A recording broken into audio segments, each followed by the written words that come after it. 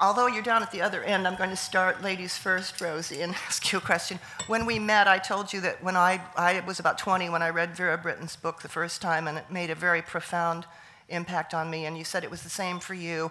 I wonder if you could tell us what impelled you to bring this to the big screen. Yes, good morning, everybody, and thank you very much for coming along to join us for this.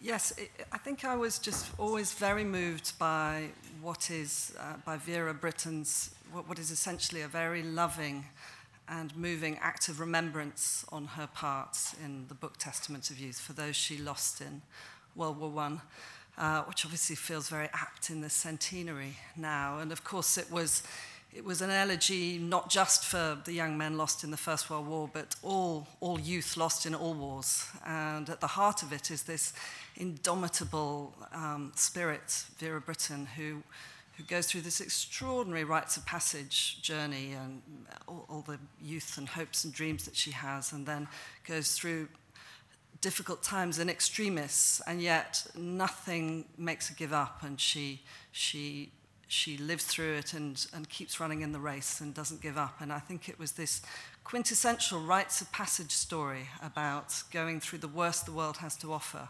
and yet not giving up, which always really moved me. James, you're very experienced as a documentarian and in television drama, but this is your first feature film, and it's certainly a big one to tackle. I'm going to assume that a part of the appeal for you was that this wasn't the typical, if there is such a thing, war film, but that this is about the hearts and the minds and the emotions. I think that's right. I mean, one of the things that, as a director, I look for are films, subjects that talk about the sort of universal human condition.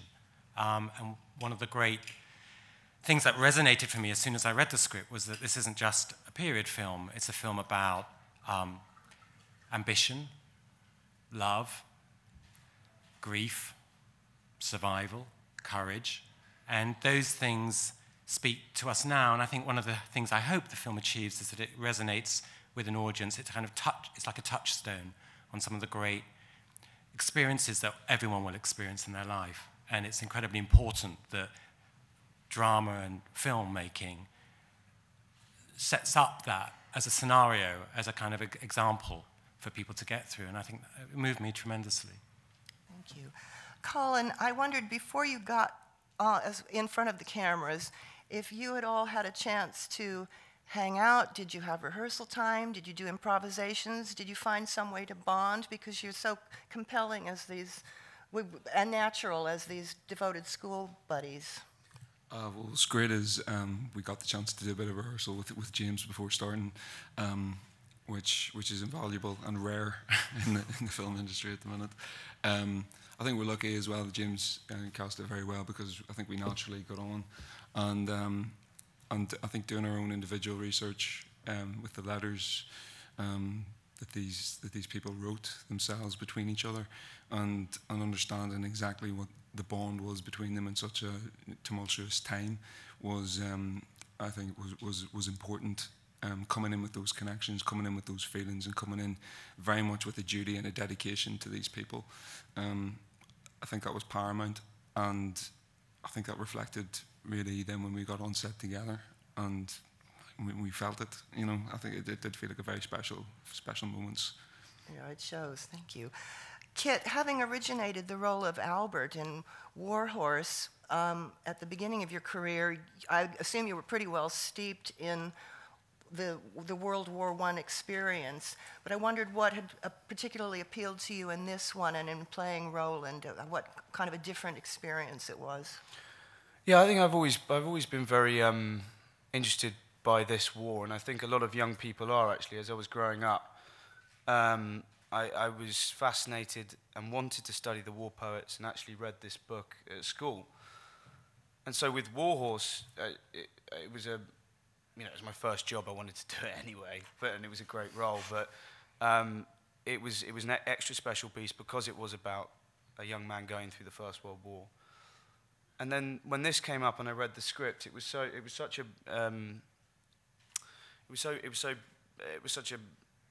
beautiful kind of adaptation of the book that I'd grown up with. and the character that I knew quite well, that I found it a real no-brainer to want to play someone who actually existed and that I had so much research material for in letters and in the book, that it seemed like, you know, it seemed like an honor to be able to be given a real person from history, which I'd not played before. Thank you.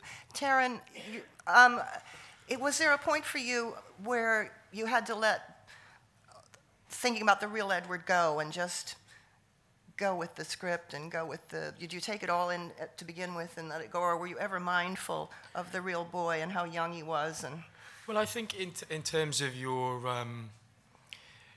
desire to do justice to the story, you never really let go of the sense that it was a real person. But, you know, these were people who were around 100 years ago. So aside from these letters and photos, there's no, you can't watch footage and mimic their mannerisms. And I think as well, personally, I like performances that I'd rather see an interpretation of a character than an impression, you know, because I think it normally is a little bit more heartfelt.